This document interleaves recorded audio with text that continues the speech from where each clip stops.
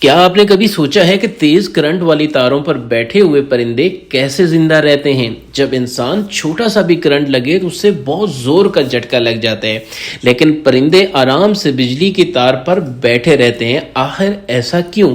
آئیے آج اس کے پیچھے موجود سادہ سائنسی حقیقت کو سمجھنے کی کوشش کرتے ہیں۔ سب سے اہم بات یہ ہوتی ہے کہ جو پرندے کا جسم ہے وہ سرکٹ مکمل نہیں کرتا ہے۔ بجلی ہمیشہ ایک پوائنٹ سے دوسرے پوائنٹ کی طرف سفر کرتی ہے۔ اگر راستہ بند ہو یا مکمل سرکٹ نہ بنے تو پھر کرنٹ نہیں چلتا ہے۔ جب پرندہ ایک ہی تار پر بیٹھا ہے تو اس کا جسم صرف ایک پوائنٹ کو چھوتا ہے اور کرنٹ کو گزرنے کے لیے دوسرا راستہ نہیں ملتا ہے۔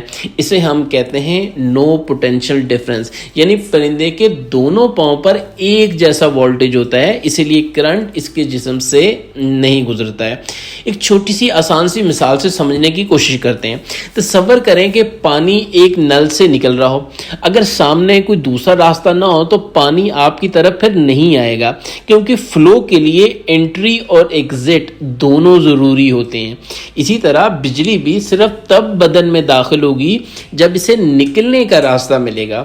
پرندے کے جسم کو نکلنے کا راستہ نہیں ملتا، اسی لیے اسے کرنٹ بھی نہیں لگتا ہے۔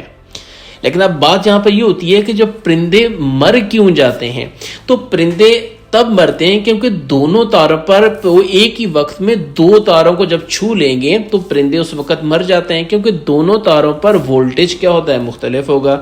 اس سے اچانک بڑی فرق کی وجہ سے کرنٹ پورے جسم میں بہہ جاتا ہے۔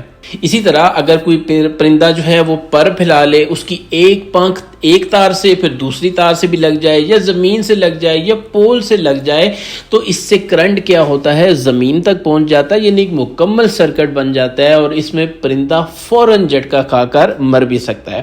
یہاں پر ایک سوال اور پیدا ہوتا ہے کہ انسان کو کرنٹ کیوں لگتا ہے؟ انسان جب تار کو چھوتا ہے تو جسم زمین پر ہوتا ہے، زمین کو وولٹیج کی جگہ ہے، تو بجلی زیادہ وولٹیج والی تار سے کم وولٹیج کی زمین تک گزر جاتی ہے۔